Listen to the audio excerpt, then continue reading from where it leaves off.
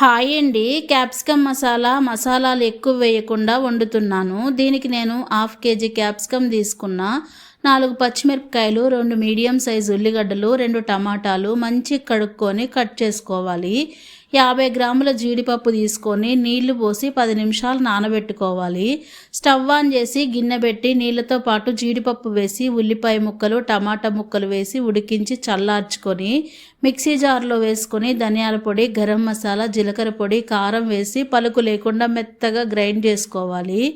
బాండీ పెట్టి ఆయిల్ పోసి పచ్చిమిర్చి, కరివేపాకు, అల్లం వెల్లుల్లి పేస్ట్ వేసి వేగినాక కట్ చేసిన క్యాప్సికమ్ వేసి మగ్గినాక గ్రైండ్ చేసిన మసాలా పేస్ట్ వేసి బాగా కలిపి 10 నిమిషాలు సిమ్లో ఉడికించి ఆయిల్ పైకి తేలినాక గుప్పెడు కొత్తిమీర జల్లుకోవాలి.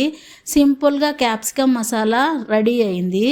లైక్ చేసి ఇలాంటి వీడియోస్ కోసం మన ఛానల్ని సబ్స్క్రైబ్ చేసుకోండి. Thank you.